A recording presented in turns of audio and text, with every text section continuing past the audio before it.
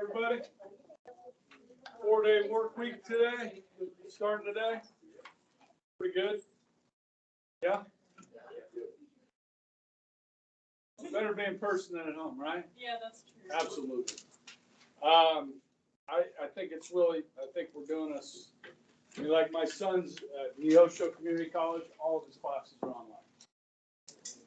I'm like, there's no interaction with professors, you know what I mean? So like, how do you ask questions? I mean, so I think there's a lot less learning going on in this country right now. But I'm glad we're here and we're glad together. And last week we were talking about Warren G. Harding and his domestic policies. There were 4 things he really wanted to do. One was tariffs. One was cut taxes. Another was less government spending. And the fourth was aid to disabled soldiers and veterans of World War I. Okay, so we're going to get through the rest of those today, and then move on to a little bit more of the jazz age, roaring 20s here today. So we went over this last week and talked about how you're going to have to explain this to me on the test, about how tariffs clog the flow of international trade. Obviously, guys, when we put tariffs on Europeans and Canadians, they're going to turn around later and retaliate with tariffs on our stuff. But before that, it's just important to understand the principle. The United States is a consumer nation. Okay, and when we stop buying goods from overseas, they don't have money to buy our stuff. Okay, and so that's kind of the principle I'm looking for on the test. Okay, so the next thing we have is taxes. Okay, and during World War I, guys, I don't know if I mentioned this to you guys, taxes went as high as 77%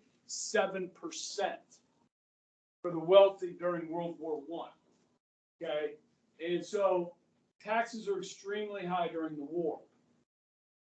Post-war, they come down a little bit, and then we get Harding in office. And his Secretary of Treasury, of course, is who?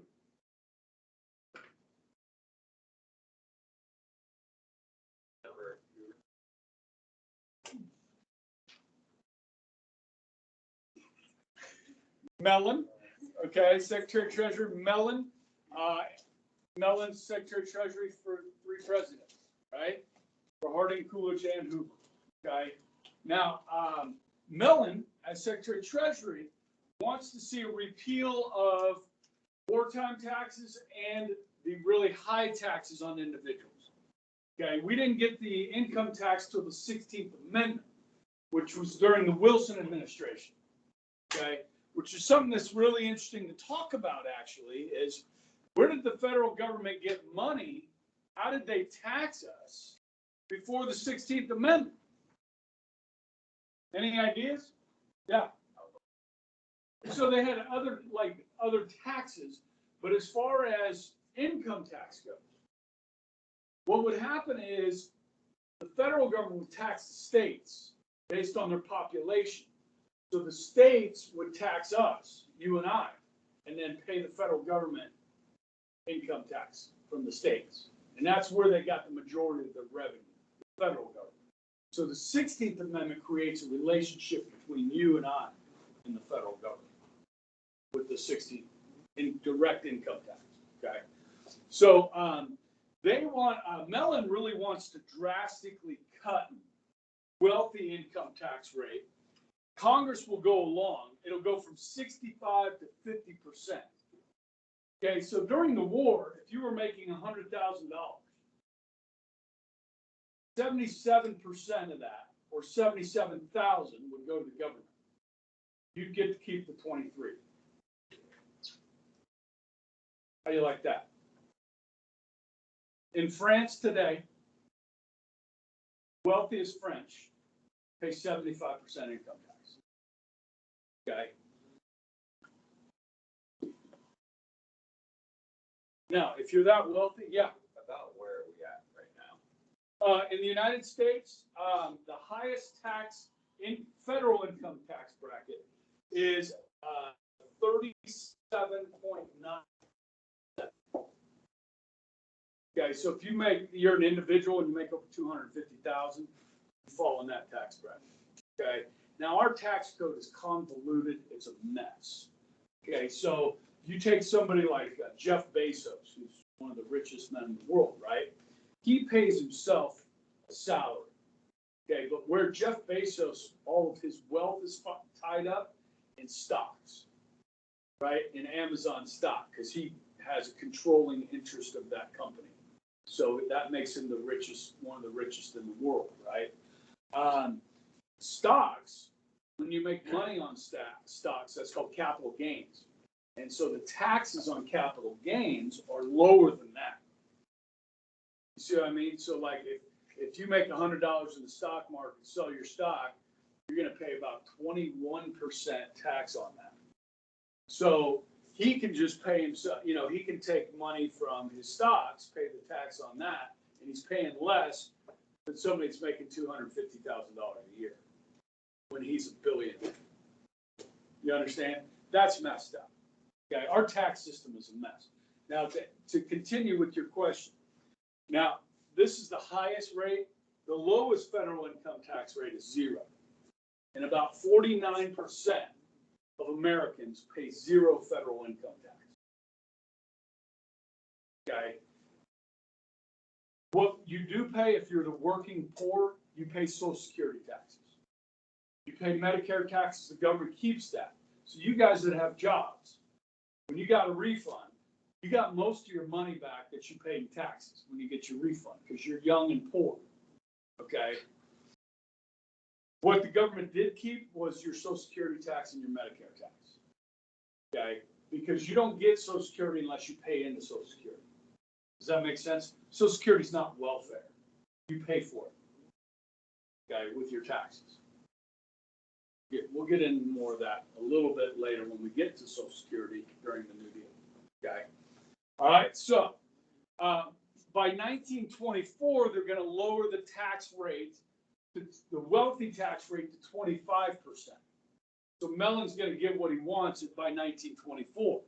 Now, Mellon just wanted to decrease taxes on the wealthy, but Congress said, no, we're going to lower taxes on both lower and middle class.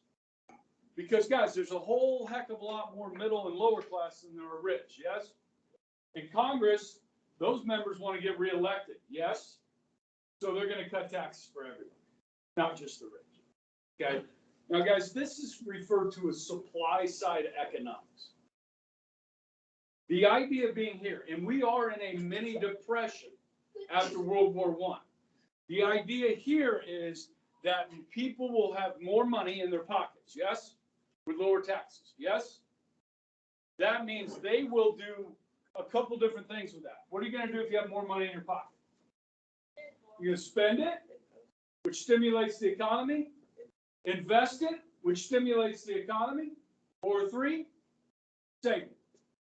Okay, which helps people with personal debt and so forth if they have, you know, something to fall back on. Okay, those are all 3 good things that, you know, we can do with that extra money. Okay, and the idea here is if there's more business investment, that means businesses will expand and hire new employees, which means you'll get more taxpayers. And hopefully wages will follow, better wages, which means more people will be paying taxes and more in taxes because they're making more money. Follow me? That is supply side economics. So return the money to the people, let them keep it, spend it, invest it, and that spurs economic growth. And even though you're cutting tax percentage rate, the government gets more money, more revenue sent in because you have more taxpayers. Does that make sense? Yeah. Well, one problem here, what we run into when the depression hits, the wealthy tax rate is already low, so you have no room to really maneuver that down. Okay, and that's what's going to happen when, you know, the depression hits. Taxes are already low, so the government has a hard time cutting more of that. What is some of the downside of that? I would say some people would say that supply side is also known as trickle down economics. So if you cut taxes on a rich person and they go out and buy a yacht, okay, well, supply siders would say, okay, well, somebody's got to cut down the trees for the deck of that yacht. Somebody's going to have to mold the fiberglass for the yacht. Somebody's going to have to drive the yacht. Somebody's going to have to repair the yacht. Somebody's going to have to, you know, so you're creating, trickling down that wealth from the rich person, okay? And so the argument against that is that not enough of that wealth trickles down. And so you're really cutting taxes on the rich and you're not really helping the poor. So that's kind of the biggest criticism of supply side. The other flip side of that is what we've been doing really well in recent years, and that's called Keynesian economics. When the economy slows down, the idea with this comes from an economist named Keynes, okay? And he said that what the government should do is spend money. So the government spends money, not the people, okay? The government spends money, that stimulates economic activity. And yes, you run deficits because the government is spending money it doesn't have. But by giving money out to people and spending it, then the government creates economic activity and hopefully brings better economic times for everybody. That's what we've been doing since the Depression, is Keynesian economics. This shows that, and the 80s showed under Reagan, because Reagan was the supply side, okay? When you cut taxes, you actually get more revenue to the government and it helps the economy. Okay, so we've had different times in American history where we've used Keynesian and supply side. Okay, now Biden wants to increase this, okay, on wealthy earners. Okay, as Democrats generally do want to raise taxes and Republicans generally want to cut taxes. Now, where do we lie with the rest of the world when it comes to taxes? You know what country's probably the lowest tax country in the world? Is not the United States. Huh? Australia. No. Mexico has among the lowest taxes in the world. Okay. Places like Costa Rica, which is where a lot of people, like expats, people that will leave the United States because of the high taxes and move their money offshore or just move themselves and their money to places like Costa Rica. Australia is really expensive. Okay. And right now they're having draconian lockdowns there. I don't know if you want to move to Australia or New Zealand for that. Both are very expensive. Okay? But a lot of people look at Costa Rica if they want to get out of the United States. Okay? Canada's tax high. Okay? If you have a big welfare state, you're going to have higher taxes. The more the government does for you as an individual, the more your whole country's going to pay in taxes. The difference between us and Europe, okay, you talked about Bernie Sanders, they talk about democratic socialism, okay? In Europe, where we have 49% of people that don't pay any federal income taxes, in Europe, everybody pays. The poor pay taxes because the poor are the biggest recipients of the welfare state. They have to pay into the system. If you got more than half the people not paying taxes, how do you sustain? Well, you don't. I mean, we just keep running debt, national debt, right? Which is now over 28 trillion. So that's just something, you know, that you kind of look at this and how this Republican administration dealt with depression here, and that was by cutting taxes. Okay, and it did. It worked in this case. Okay. All right. Moving forward. Okay, for the veterans. Okay, we've got something called the bonus bill. The bonus bill is the same thing as the Adjusted Compensation Act. The bonus bill is the nickname for this act, the Adjusted Compensation Act. Okay. So the two terms are interchangeable. So Drew, what's another name for the Adjusted Compensation Act?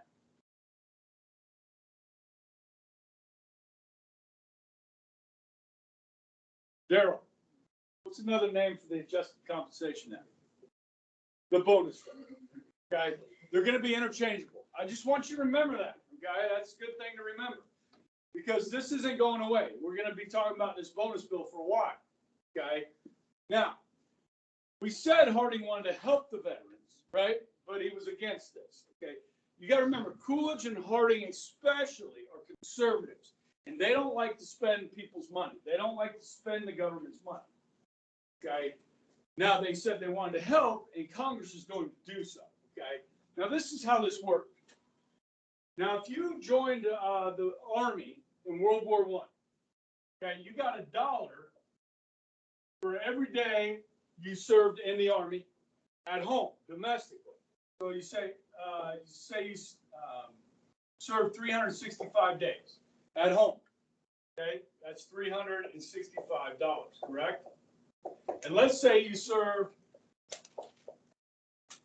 365 days overseas in France, okay, that equals $420 and $21.25. Okay? Yeah, I just did that math in my head real quick. I remember from a second. All right, so what you come up with here, that's not even right. Okay. Yeah, I'm getting it back. It's probably still on my phone. Yeah, 456.25. There we go. Okay. So add those together, you get 821.25. Okay. That's an insurance policy. The thing about this insurance policy, guys, is you can't touch this money. It doesn't mature as an insurance policy until 1945. So what good is it doing a veteran that just got back? Nothing, unless you can borrow up to 25% of that. Okay, so we're going to do that. Make that 25% of that is about $205. Right, and some change. So, if you did this and got $205, do you think in 1920, $205 would get you into like a 1-bedroom apartment and a new set of clothes so you could go out and look for work? Yeah, that would do that for sure. Okay, so this is something that a lot of veterans cashed in on. Harding and Coolidge both vetoed this, and eventually Congress overrode that veto with the 2/3 majority in both houses. So this became law, the bonus bill or the adjusted compensation. Okay. Now, when the Depression hits in 1930, the veterans are going to come to the government and say, hey, we served this country, we need help. And they're going to want the rest of their money. There's going to be a big fight over this, but we're not there yet, so I'm foreshadowing. All right? Good. All right, let's move along. Oh, yeah, war debts. Okay, so guys, this could be a little bit confusing, and it's also something you might be writing about on the test.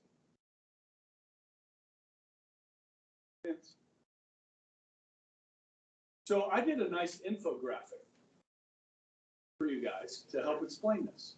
Okay, this is the U.S. This is our allies.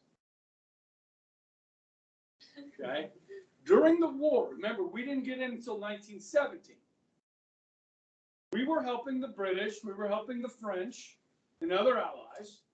Okay, and we loaned them the equivalent of about $9 billion worth of goods. Okay, so with this, we're talking about, we're producing, helping produce uniforms, guns, bullets, artillery for the British and the French. Okay, we'd make it here, which is good for our economy, and then we'd give it to them, expecting to be paid back for it. Follow me? The equivalent of about $9 billion. Okay, so when the war's over, we're going to expect, hey guys, you need to pay us back. Yep. Yep, you got to pay us back. But remember, most of these countries have been at war for 4 years. Yes? A lot of them are going to lose a whole bunch of people in the war and have a whole bunch more wounded. Then there's Germany. Now, Germany is in trouble. They lost 2 million people, 2 million soldiers. And they're going to be punished for the war. Now, the United States had a separate agreement with Germany. separate peace deal. The Treaty of Versailles, which ends the war that the Allies make with Germany, is going to place the blame of the war on Germany.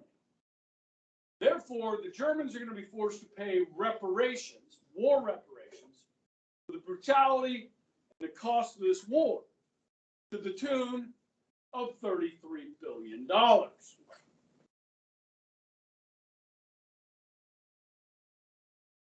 Now, where in the world is Germany going to come up with $33 billion?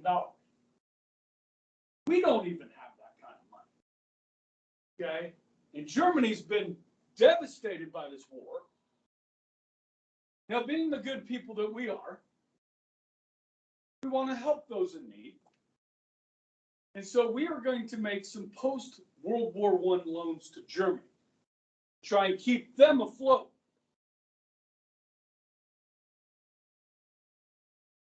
These are the same people we were just fighting against, a year before.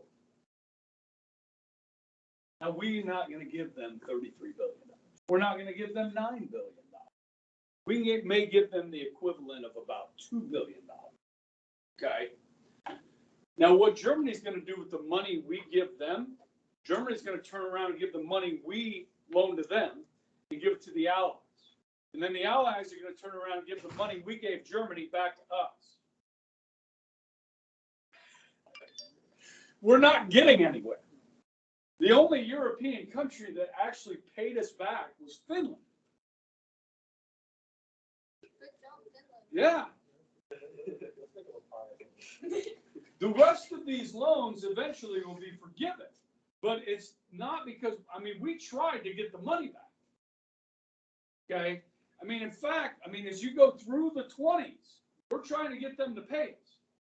When Hoover's elected in 28, he says for 1 year, Europe, 1 year, we're going to put a moratorium on all payments. You don't have to pay us this year. Get your financial houses in order and then start paying us again. But when the Depression hit, they all looked at us, U.S., and said, these people are killing us, making us pay these loans back. And they blamed us for their problems. Coolidge famously said, they borrowed the money, didn't they? They need to pay it back. Okay? Now, I was, teaching this about 8 years ago. And I read an article in the newspaper, comes up probably online by that time. And I see that Germany had just made its final installment payment in 2008, 2010, on this $33 billion to Britain. They paid it off. $33 billion. Because it took them to the 21st century. Okay? Now that's paying your bills right there. Okay? So this merry-go-round is just going to see, countries trying to retire debt and they're not able to. And it's going to be one of the causes of the Great Depression. Okay? I should talk about the death of Harding. We know he dies in San Francisco of a heart attack, right? And the train brings him back across the country. Well, Coolidge is the vice president, right? When Harding died. Do you remember where Coolidge is from? What state? Harding. What made Coolidge famous? Oh, it does. The police strike in Boston. Okay, guys, this is the type of recall you're going to need for the test. Like, if you know where Coolidge is from, it's going to help you answer a question. You know what I mean? Coolidge is from Massachusetts. Now, he doesn't live in Boston. Well, he did when he was governor. Okay. But his family is from rural Massachusetts. When Harding dies, Coolidge is actually on the farm in rural Massachusetts with his dad. His mom had passed away. So it's just Coolidge and his dad out on the family farm. They have no electricity. Okay? This is 1924. Okay. And so in the middle of the night, on the Coolidge farm, there's a knock on the door. And it's the telegraph guy. Okay. Delivering the message that Harding has died. And Coolidge is like, oh man, that's awful. I guess when we get up in the morning, I'll head to D.C. Okay. In his Model T or whatever. Okay. And they go back to bed. Guys, we don't have a president of the United States. So there's a knock on the door about 2 hours later saying you need to be sworn in as president of the United States, like now. Because we don't have a president. And so there's some rules here. Like if you're going to do something official, you need like a judge or a justice of the peace, or you guys know what a notary is, a notary public.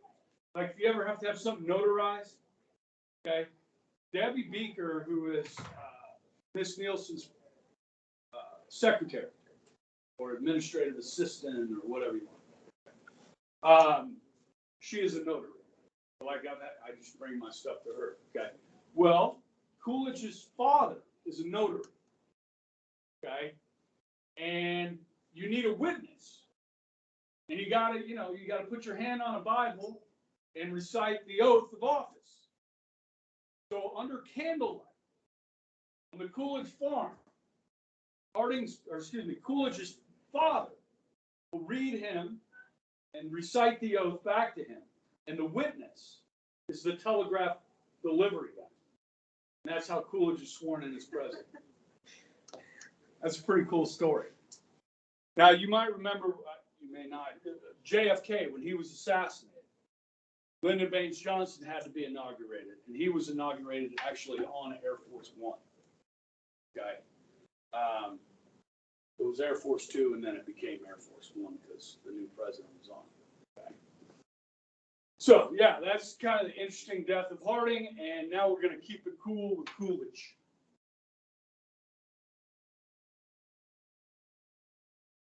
In the Jazz Age, okay?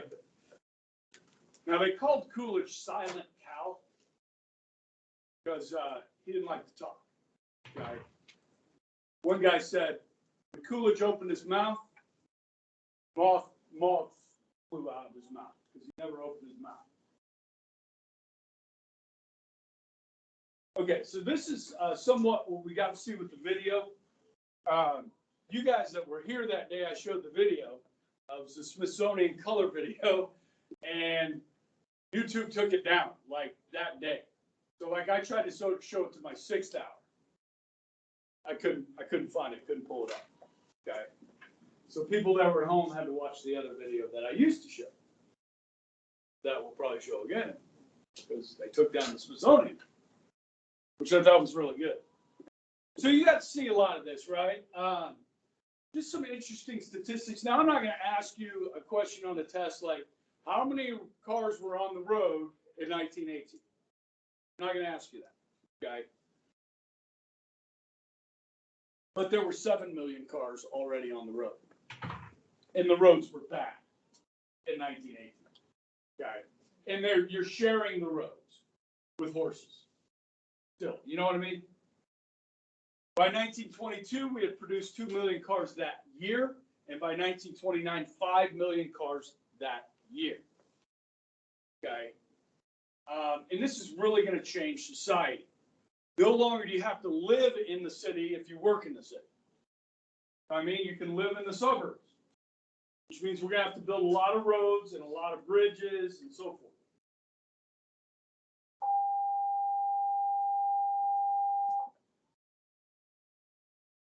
Now, in the United States, guys, we love the automobile. Okay, especially in a state like Kansas, where you kind of got to drive. But we have public transportation here. It's not very good, right? Any of you guys ever taken a city bus? Really? Like from where to where? Just somewhere downtown, and my parents like just get on the bus with you. Yeah, I mean, I have no idea the routes and when, you know. I mean, I'm sure you can figure that out if you need the bus, right? but they're pretty empty. They don't get used a lot. But you guys remember, like, when you first started driving, you had to have an adult in the car, right? You had to do the, whatever they call that. And then you finally got rid of your restricted license, right? And you got to get in the car by yourself and drive away from home by yourself. You remember that feeling? It's like freedom, you know what I mean? You can turn up the radio as loud as you want, roll down the windows if you want. You're free. We love our cars, you know, and I love my truck. I'll never drive anything. I got a truck, and I'm like, dude, I like driving a truck. I'll always drive a truck, okay? And I like one with a V8 in it, too. So when I hit the gas, I'm going to go, okay? Now, some of you guys drive little small cars. You guys got a little 4-cylinder car? Do you know what 4-cylinder means? No. It's like a go-kart kind of engine. I'm kidding. But it's a small engine, right? Huh? The go-kart's 2-cylinder. 2-stroke cylinder. Really? That's it? Yeah. Wow. Not a lot of power there. No. Okay, so, yeah, I mean, I think, you know, you hit different eras in American history with automobile history. We go, you know, like the 50s and 60s when we get into kind of the muscle cars. The 60s are great for that, right? And so you even see cars coming out today, like the Thunderbird. The Mustang is still out. The Corvette's still around. These types of automobiles.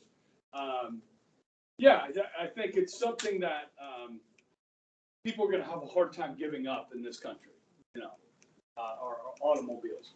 And then using the same technology and effective business practices with interchangeable parts and the assembly line, we're going to build these things by the millions. And then, of course, the sound and motion picture is invented, which is kind of a cool thing as well, because that really opens up. I mean, like, people have seen, you know, things in pictures, paintings, but now they actually get to see it like on a big screen, like the Eiffel Tower. You know, I mean, for the first time, they're seeing it on a screen like that. Okay, and there's moving things on the theater screen. Other advances here, health and education. We're going to see major advances in life expectancy increase dramatically.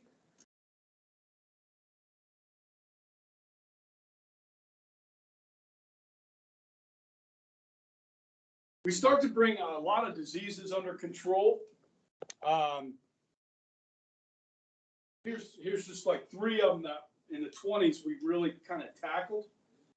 Typhoid fever, diphtheria, and the measles were brought under control. Typhoid fever, just like with any kind of virus or bacterial infection, you get fever, can cause death in people. That's what generally gets people when they get the flu. Diphtheria attacks the esophagus and swells up so you can't swallow anything. Can't swallow anything. It can lead to death. Measles was somewhat of a killer. When it came to like fever, again, usually the measles is accompanied by a pretty strong fever. Okay. Life expectancy, people working shorter hours, earning more money. Okay. Better working conditions. So we're going to see life expectancy go up. This graphic actually goes from 1860 to about 1990. Yeah. And so in 1860, life expectancy in the U.S. was 42. 42. Okay. In the decade of the 20s, okay, we see an increase of about 6 or 7 years in life expectancy in the United States. Pretty big jump. As you can see here, it continues to grow until now we've pretty much leveled off. Okay, in fact, this last year, life expectancy in the United States went down by a few days. Okay, but that's the first time in more than a century, probably more than 150 years. Okay, education. Now, this may seem hard to believe, but it's true. Americans spent more on education than the rest of the world combined in 1929. And I think if you put together, free education, K through 12, okay, and then just think of all the colleges and universities in the United States, okay, thousands of them, okay, and so what we spend as individuals and what the government spends on education combined, more than the rest of the world, okay, that year in 1929. This is a 1920s toaster. Okay, so you see these little handles here. You flip that up, put the bread in there, flip it back down. There's a heating element in there. They don't come up with the pop-up toaster till later on. Okay. Do you guys still have those, the pop-up toasters? Yeah. Yeah. And then this is a graphic on measles. Okay, so this is 1960. Obviously, we're way back before that here. But you see in 1963 here, we had over 500,000 cases, about 500,000 cases of the measles. Got the vaccine in 1964, 63, 64, and you see the number of measles cases dropping, almost got rid of it. We had a little uptick in the measles in the last couple of years. They had an outbreak, I think it was Disney World. And that's, of course, unvaccinated people not getting the measles vaccine. And so that allows it to spread. Now, suffice to say, there's probably only one person in this room that's had the measles. And that was me when I was 5. Okay. And you guys had the chicken pox. Okay. 3 of you. Okay. Second, I only had 1. When I was growing up, ask your parents about this. If one of the kids got chicken pox, they would have a chicken pox party and invite all the other kids over to that kid's house so the kids would get chicken pox. Because you want it as a kid. You don't want chicken pox as an adult. It can kill you. Okay? But now we have the vaccine for the chicken pox, so it's rare that people get it. But yeah, like I said, only 3 of you guys had it. And it was nasty, right? You get these little sores all over your body. And the measles is like that. It's just like on steroids. Chicken pox. I mean, it was disgusting. I wish I still had that picture my mom took of me with the measles, but just covered in red splotches. Nasty. Yeah. My mom did have people over because there was like a family that had it, and then my mom was like, "Oh, go ahead and come over." And I was like, "No, Mom, it was awful." I'm so mad at her. That's great. Now, guys, when we talk about COVID, right? So you know about Sweden, right? You know, Sweden's handled this quite a bit differently. Okay, they did not go to the lockdowns. Really didn't even go to masks. And you know who's faring really well right now with the Delta variant? Sweden. Okay. And you know, this disease, this virus is, you know, obviously it attacks our elderly and those with other conditions, comorbidities, and so forth. I mean, we're still learning out. There's new stuff coming out every day about this, and you know, I'm not a doctor, but I do believe that you guys should have your vitamin D levels up. Get your vitamin D levels up. I think it protects you, first of all, from getting it, and if you do get it, you're going to be less impacted by it. You have enough vitamin D in your body, which means go outside, get some sun. If you don't get any sun, take vitamin D supplements. I didn't tell you that. I'm not a doctor. I'm just trying to help you out. Okay? So there is scientific research to back that up. Okay. Moving forward, just kind of a fun slide, and I guys apologize, this is a little bit dated, 1995, but I have a hard time finding a graphic this pretty, more updated, which we don't really need it, but it's kind of, this is life expectancy at birth by gender, by country. Okay, and as you can see, women tend to live longer than men, because men are stupid, okay? And in the United States, we come in pretty low when it comes to life expectancy.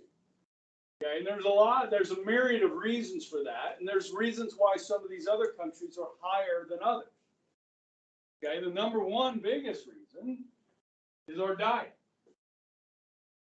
What we eat in this country. We love fried food. We love fast food. How many guys ate fast food this weekend, 3-day weekend? Okay. I mean, I love French fries, but they're not good for you. So you get the air fryer, right? You guys have the air fryer, right? That's the way to go. They're crunchy, really crunchy if you let them go too long, right? Yeah, I'm on board with that. But yeah, our diet, and guys, we work in this country. We work more than our European friends. You understand? Like our work week is longer, and we have less vacation days than our European friends. Okay, and we have a later retirement age than our European friends. Okay, retirement age in France is 60. They have paid vacation, mandatory. Okay. My wife struggles with this because she works with some companies in Belgium. And like, you know, you're working with these people over there. First, you got the time zone difference. And then they're like, oh, they're on vacation for the next 2 weeks. You know what I mean? Like, we got to get this done. You know, we are more productive in this country. Okay. And so because we work longer hours, we die soon. Okay, I mean, and then, you know, the other big one, guys, is what we just talked about is automobile. Automobile accidents is the third biggest killer in this country. After heart disease, which is our diet and exercise, and then cancer, okay, which can be diet related and other things related, like smoking and stuff like that. And so we die. And you know what else we have? We have guns. And we use them on each other. You guys hear about downtown Wichita last night or this weekend? Some dude got kicked out of the bar, came back with a gun, opened fire. I think he shot 5. 1 died. They're still looking for this individual.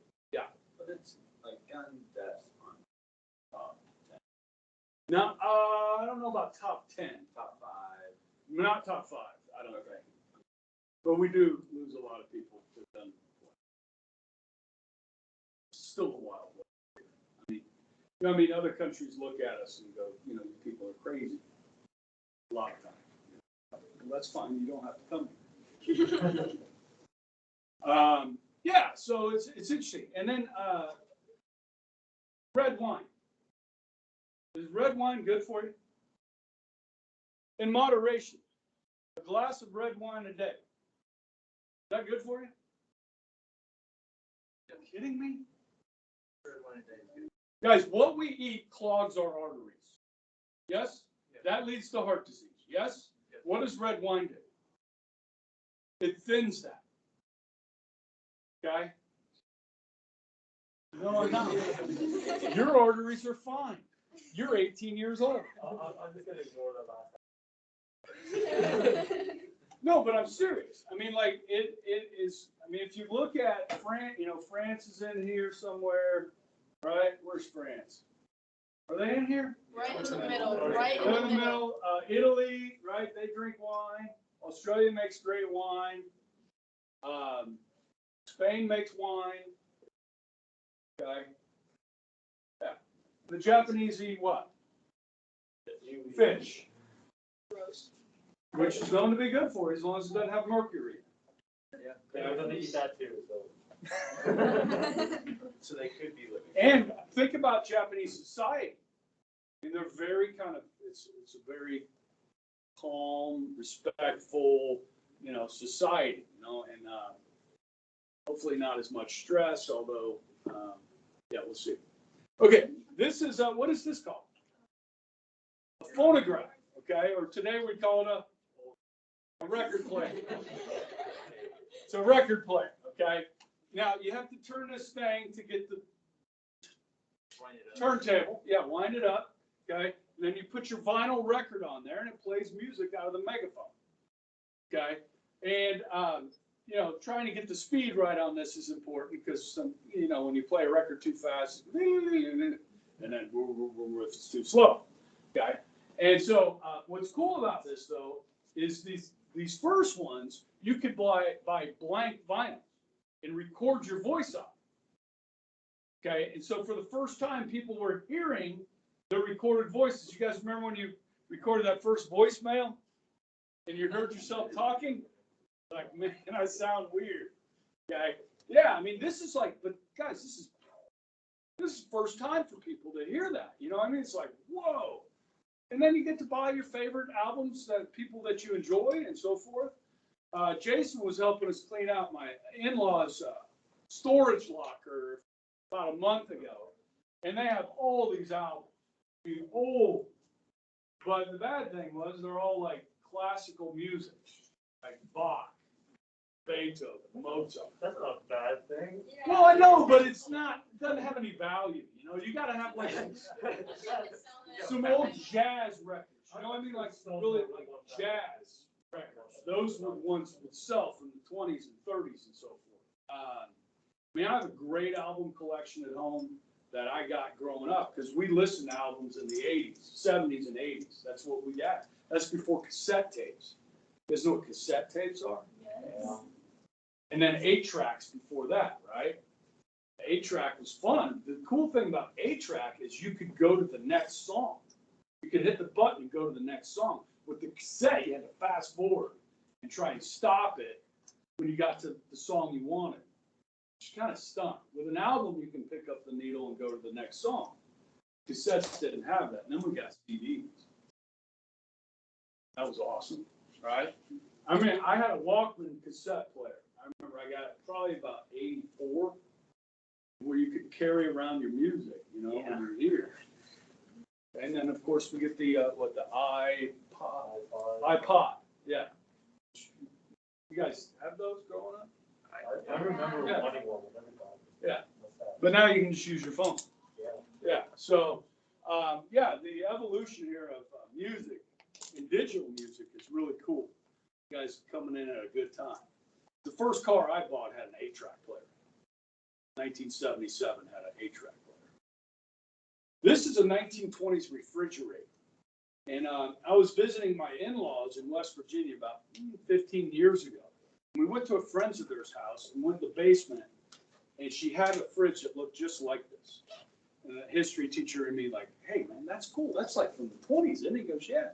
I said, can I look at it? And so I open it up. Thing's still working. Said it was refurbished during World War II, and it's been running ever since. Okay. Yeah. Wow. What did we? Yeah, they don't make them like that. What did we do before we had refrigerators? Salt. So you'd salt your meats and kind of preserve it. Stuff you wanted to salt it. But what if you wanted something cold? You have an ice box, which is what, a cooler. Okay, where do you get the ice? From the Iceman. Where's the Iceman get the ice? Well, in the wintertime, the lakes and rivers freeze, and they cut blocks of ice out. They put it on trucks or rail cars and ship it. Okay, and what do they like to drink in the South? Sweet tea, not just tea. It's all sweet. They don't ask. It's all sweet. Okay, and so you've heard of Southern hospitality, right? It's a real thing, guys. Okay, and so if you're living in Hotlanta, Georgia, in 1900, okay, and you're going to have company over, you're going to serve them sweet tea, iced tea, okay? So what you're going to do in the wintertime, the Iceman's coming, and you're going to have a cellar in your backyard, underground, okay? Because you guys know in the basement it's always cooler, right? So you dig this cellar in your backyard, and you put the blocks of ice in there, and hopefully over the year, it stays cold enough there where the ice doesn't melt. But you can put something on top of the ice to keep it from melting, helps keep it from melting. Sawdust. Okay, so you're going to have folks over for sweet tea, Okay, so you go down to the cellar with your ice pick, take a chip off the old block, where that saying comes from, chip off the old block of ice, and then you'll be able to make your iced tea. Okay, probably gonna have some sawdust in it. People are used to that, okay, because that's the way you keep it from melting. Okay? That's what you used to have to do. Now we take these things for granted, don't we? Love these things, these refrigerators. Okay, moving forward. What else we got going on? I got like 3 minutes. Like, so we are right where second hour is. So this is a good stopping point. Okay. Hey, one thing I want to talk to you guys about, has any of you thought about a book for this class? Okay, so this week, and hopefully we get a couple more people back, I'd like to take some time. There's a video I want to show you just over everything we're going to study and more. And then you can kind of get an idea of a topic you want to read about, and then start looking for a book. I was in the library this morning browsing over their nonfiction. They have quite a bit in there, lots of books to choose from. Generally across the back wall, behind Mrs. Dugan, to the left, to the right. That's good nonfiction history stuff. Remember, it's got to be American history, and it's got to be 1900 to yesterday. It can be nonfiction, historical, fiction. Nonfiction or historical fiction. Okay? And I got a handout here, okay? And all you have to do is like fill it out, and I'm going to give you some points for it. And pick your book and get it approved by me. You get some points for it. Okay? This is our Historical Literature Passion Project. Good? All right. We'll get that done this week.